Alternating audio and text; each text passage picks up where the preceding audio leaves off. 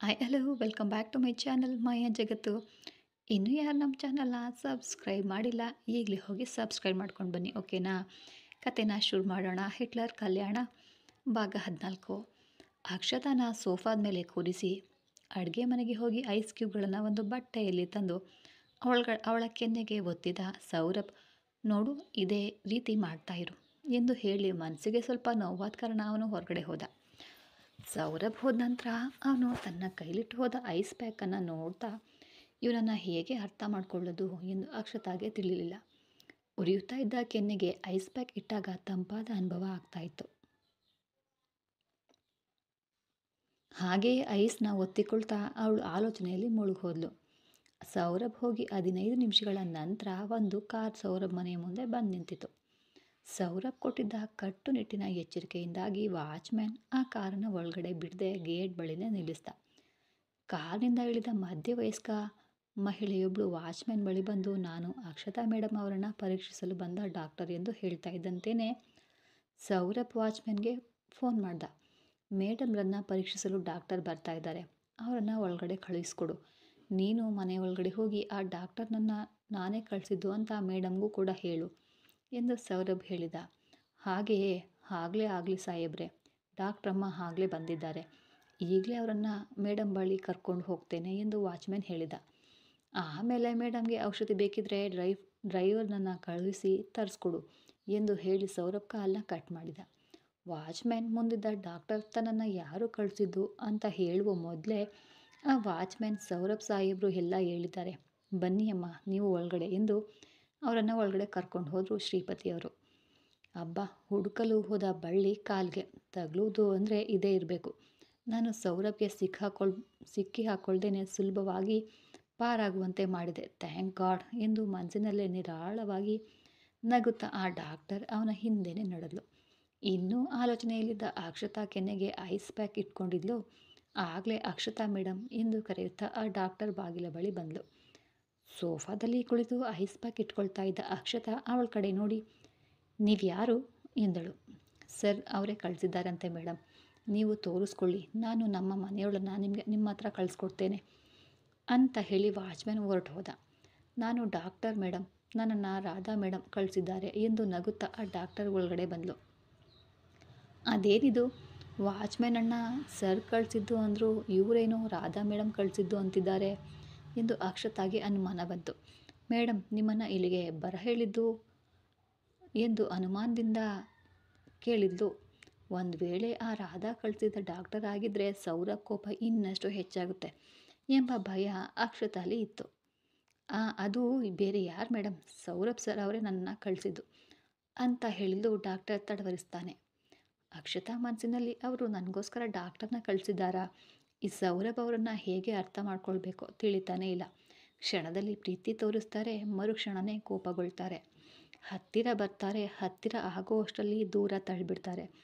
ಆದರೆ ಮನಸ್ಸಿನಲ್ಲಿ ನನ್ನ ಮೇಲೆ ಪ್ರೀತಿ ಇದೆ, ಅದನ್ನು ಹೊರಗೆ ಕಾಣದಂತೆ ಮುಚ್ಚಿಡ್ತಾ ಇದ್ದಾರೆ ಎಂದು ಆಲೋಚಿಸ್ತಾ ಇದ್ಲು ಅಕ್ಷತಾ. ಅಷ್ಟರಲ್ಲಿ ಡಾಕ್ಟರ್ ಅವರು ಮೇಡಮ್ ಎಂದು ಕರೆದಾಗ ಅಕ್ಷತಾ ಪ್ರಜ್ಞೆಗೆ ಬಂದಳು. ಕ್ಷಮಿಸಿ ಮೇಡಮ್, ನೀವು ಕುಳಿತುಕೊಳ್ಳಿ ಎಂದು ಸೋಫಾನ ತೋರಿಸಿದ್ಲು. ಡಾಕ್ಟರ್ ಆತುರದಿಂದ, ಇನ್ನು ಕುಳಿತುಕೊಳ್ಳೋದು ಯಾಕೆ ಮೇಡಮ್, ನೀವು ಒಮ್ಮೆ ನಿಮ್ಮ ಕೋಣೆಗೆ ಬಂದರೆ ನಿಮ್ಮನ್ನು ಪರೀಕ್ಷಿಸ್ತೇನೆ, ನನಗೋಸ್ಕರ ಆಸ್ಪತ್ರೆಯಲ್ಲಿ ರೋಗಿಗಳು ಕಾಯ್ತಾ ಇರ್ತಾರೆ ಎಂದಳು ಡಾಕ್ಟರ್. ಕೋಣೆಗೆ ಯಾಕೆ ಮೇಡಮ್, ಇಲ್ಲೇ ಪರೀಕ್ಷಿಸಬಹುದು ಅಲ್ವಾ ಎಂದಳು ಅಕ್ಷತಾ. ಆ ಡಾಕ್ಟರ್ ಗಾಬರಿಯಿಂದ, ಅಂದರೆ ಮೇಡಮ್, ಒಂದು ವೇಳೆ ಇಂಜೆಕ್ಷನ್ ಮಾಡಬೇಕಾಗಿ ಬಂದರೆ ನಿಮ್ಮನ್ನು ನೋಡಿದರೆ ತುಂಬ ನಿಶ್ಶಕ್ತಿಯಾಗಿದ್ದೀರಿ ಅಂತ ಅನ್ನಿಸ್ತಾ ಇದೆ ಅಂದಳು. ಸರಿ ಬನ್ನಿ ಎಂದು ಹೇಳಿ ಕೆಳಗಡೆ ಇದ್ದ ಬೆಡ್ರೂಮ್ಗೆ ಕರ್ಕೊಂಡು ಹೋದ್ಲು ಅಕ್ಷತಾ. ಬೆಡ್ ಮೇಲೆ ಕುಳಿತ ಅಕ್ಷತಾಳಿಗೆ, ಮೇಡಮ್ ನೀವು ಹಾಸಿಗೆ ಮೇಲೆ ಮಲ್ತ್ಕೊಳ್ಳಿ ಅಂತ ಹೇಳಿದರು ಡಾಕ್ಟರ್. ಅಕ್ಷತಾ ಗೊಂದಲದಿಂದ, ಯಾಕೆ, ಗಾಯವಾಗಿದ್ದು ನನ್ನ ಕೆನ್ನೆಗೆ ತಾನೇ, ಅಂದರೆ ಮೇಡಮ್ ನೀವು ತುಂಬ ವೀಕ್ ಆಗಿದ್ದೀರಿ ಅಲ್ವಾ, ಅದಕ್ಕೆ ಹಾಗೆ ಮಲ್ಕೊಂಡ್ರೆ ನಿಮ್ಮನ್ನು ಪರೀಕ್ಷಿಸ್ತೇನೆ ಎಂದು ತನ್ನ ಆತಂಕವನ್ನು ಮರೆಮಾಚಿ ತಡವರಿಸ್ತಾ ಹೇಳಿದ್ಲು ಆ ಡಾಕ್ಟರ್. ಅವಳು ಹೇಳಿದ್ದು ಅಕ್ಷತಾಗೆ ಅರ್ಥನೇ ಆಗದೇ ಇದ್ದರೂ, ಒಂದು ವೇಳೆ ಅವಳು ಹೇಳ್ದಂತೆ ನಾನು ಮಾಡದೇ ಇದ್ದರೆ ಸೌರಭ್ಗೆ ಮತ್ತೆ ಕೋಪ ಬರಬಹುದು ಎಂಬ ಭಯದಿಂದ ಹಾಂ ಸರಿ ಎಂದು ಹೇಳಿ ಮಲಗಿದ್ಲು. ಆಗ ಡಾಕ್ಟರ್ ಇಂಜೆಕ್ಷನ್ ಲೋಡ್ ಮಾಡ್ತಾ ಇರೋದನ್ನು ತಿಳಿದು ಅದನ್ನು ನೋಡಿ ಡಾಕ್ಟರ್ ಆ ಇಂಜೆಕ್ಷನ್ ಯಾಕೆ ಎಂದು ಭಯದಿಂದನೇ ಕೇಳಿದ್ಲು ಅಕ್ಷತಾ. ಅಯ್ಯೋ ಭಯ ಪಡಬೇಡಮ್ಮ, ಇದು ನಿನ್ನ ನಿಶ್ಶಕ್ತಿಯನ್ನು ಕಡಿಮೆ ಮಾಡೋದಕ್ಕೆ ಅಷ್ಟೆ ಎನ್ನುತ್ತಾ ಡಾಕ್ಟರ್ ಇಂಜೆಕ್ಷನ್ನ ಮಾಡಿದ್ಲು. ಇಂಜೆಕ್ಷನ್ ಮಾಡ್ತಾ ಇದ್ದಂತೆಯೇ ಅಕ್ಷತಾ ಮತ್ತಿನಲ್ಲಿ ನಿದ್ರೆಗೆ ಜಾರಿದ್ಲು. ಅವಳು ಸಂಪೂರ್ಣವಾಗಿ ನಿದ್ರೆಗೆ ಜಾರಿದ ಕೂಡಲೇ ಆ ಡಾಕ್ಟರ್ ತನ್ನ ಕೆಲಸನ ಆರಂಭಿಸಲು ಕೈಗೆ ಗ್ಲೌಸ್ ಕೂಡ ಹಾಕ್ಕೊಂಡ್ಳು. ವಾಚ್ಮ್ಯಾನ್ ತನ್ನ ಹೆಂಡತಿಗೆ ಅಕ್ಷತಾ ಬಳಿ ಹೋಗಲು ಹೇಳಿ ಗೇಟ್ ಬಳಿ ಬರೋ ಅಷ್ಟರಲ್ಲಿ ಇನ್ನೊಂದು ಕಾರ್ ಕೂಡ ಬಂದು ನಿಂತಿತು. ಈ ಬಾರಿ ಮತ್ತೊಬ್ಬ ಡಾಕ್ಟರ್ ಕಾರಿಂದ ಇಳಿದು ಸೌರಭ್ ಸರ್ ಕಳಿಸಿದ್ದಾರೆ ಅಂತ ಅಕ್ಷತಾ ಅವರನ್ನು ಪರೀಕ್ಷಿಸಬೇಕು ಅಂತ ಹೇಳಿದಾಗ ಆ ವಾಚ್ಮ್ಯಾನ್ ಗೊಂದಲಕ್ಕೊಳಗಾದ್ರು. ಅದೇನಿದು, ಸ್ವಲ್ಪ ಹೊತ್ತಿನ ಹಿಂದೆಯಷ್ಟೇ ಒಬ್ಬರು ಡಾಕ್ಟರ್ ಬಂದಿದ್ದಾರೆ ಅಲ್ವಾ ಎಂದು ಹೇಳಿ ಆಕೆಯನ್ನು ಒಳಗಡೆ ಬಿಡಲು ಒಪ್ಪಲಿಲ್ಲ. ಆಗ ಆ ಡಾಕ್ಟರ್ ಸೌರಭ್ಗೆ ಕರೆ ಮಾಡಿ ವಾಚ್ಮ್ಯಾನನ್ನು ಒಳಗಡೆ ಬಿಡ್ತಾ ಇಲ್ಲ ಅಂತ ತಿಳಿಸಿದರು ಸೌರಭ್ಗೆ. ಕೋಪದಿಂದ ಕುದಿಯಲು ಆರಂಭಿಸಿದ ಸೌರಭ್, ಏನು ಒಳಗಡೆ ಬಿಡ್ತಾ ಇಲ್ವೇ ಎಂದು ಕೂಗಾಡಿ ಒಂದು ಸಾರಿ ವಾಚ್ಮ್ಯಾನ್ಗೆ ಫೋನ್ ಕೊಡಿ ಅಂತ ಹೇಳ್ದ. ಶ್ರೀಪತಿ, ನಾನು ಆಗಲೇ ಹೇಳಿದ್ನೇ ಅಲ್ವೇ ಮೇಡಮ್ ಅವರನ್ನು ಒಳಗಡೆ ಕಳುಹಿಸು ಅಂತ, ಅಲ್ಲಿಂದೀಚೆಗೆ ಡಾಕ್ಟರ್ ಅವರನ್ನು ಹೊರಗಡೆ ನಿಲ್ಲಿಸಿದ್ದೀಯಾ ಎಂದು ಕೋಪದಿಂದ ಕೇಳಿದ ಸೌರಭ್.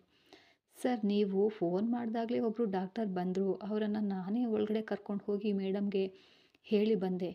ಈಗ ನೋಡಿದರೆ ಮತ್ತೆ ಇನ್ನೊಬ್ಬರು ಡಾಕ್ಟರ್ ಬಂದಿದ್ದಾರೆ ಎಂದನು. ವಾಚ್ಮನ್ ಹೇಳ್ತಿದ್ದನ್ನು ಕೇಳಿ ಸೌರಭ್ ತಲೆ ಗಿರ್ರೆಂದು ತಿರುಗಿದಂತಾಯಿತು. ಏನಾಗ್ತಾ ಇದೆ ಮನೆಯಲ್ಲಿ ಎಂದುಕೊಂಡ ಸೌರಭ್ ತಕ್ಷಣ ವಾಚ್ಮನ್ಗೆ, ಬೇಗ ಈ ಡಾಕ್ಟ್ರನನ್ನು ಒಳಗಡೆ ಕಳುಹಿಸಿ, ನೀನು ಒಳಗಡೆ ಹೋಗು, ಮೊದಲು ಬಂದವಳು ಡಾಕ್ಟರ್ ಅಲ್ಲ, ನಿಮ್ಮೆಲ್ಲರನ್ನ ನಂಬಿಸಿ ಒಳಗಡೆ ಬಂದಿದ್ದಾಳೆ, ಹೋಗು ಬೇಗ ಒಳಗಡೆ ಹೋಗು ಎಂದು ಕೂಗಿದ. ಅಲ್ಲಿವರೆಗೂ ಕುಡಿದ ಅರ್ಧ ಬಾಟಲಿಯ ಕಿಕ್ ವಾಚ್ಮ್ಯಾನ್ ಹೇಳಿದ ಮಾತು ಕೇಳಿದ ತಕ್ಷಣವೇ ಇಳಿದು ಹೋಯಿತು.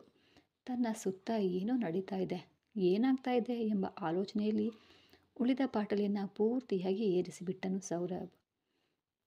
ಬಾಟ್ಲಿ ಅಲ್ಲಿ ಖಾಲಿಯಾಗ್ತಾ ಇದ್ದಂತೆ ಕೆಂಪಾದ ಕಣ್ಗಳು ಕೋಪದಿಂದ ಕೂಗುತ್ತಾ, ನನ್ನ ಹೆಂಡತಿಗೆ ಏನಾದರೂ ಆದರೆ ಲೇ ಕೃಷ್ಣ, ನಿನ್ನನ್ನು ಬಿಡುವುದಿಲ್ಲ, ನಿನ್ನನ್ನು ಅವಳನ್ನು ನನ್ನ ಕೈಗಳಿಂದ ಚುಚ್ಚಿ ಕೊಲ್ತೇನೆ ಕಣೋ ಎಂದು ಕೈಯಲ್ಲಿದ್ದ ಬಾಟಲಿಯನ್ನು ಒಡೆದು ಹಾಕಿ ವಾಚ್ಮ್ಯಾನ್ ಹೇಳಿದ ಮಾತು ನೆನಪಿಗೆ ಬಂದು ವೇಗವಾಗಿ ಮನೆ ಕಡೆ ಹೊರಟ ಸೌರಭ್. ವಾಚ್ಮ್ಯಾನ್ ಆತಂಕದಿಂದ ಗೇಟ್ನ ತೆಗೆದು ಎರಡನೇ ಬಾರಿಗೆ ಬಂದ ಡಾಕ್ಟರ್ನನ್ನು ಒಳಗಡೆ ಕಳುಹಿಸಿದ. ತಾನು ಕೂಡ ಅವರ ಹಿಂದೆನೇ ಹೋದ.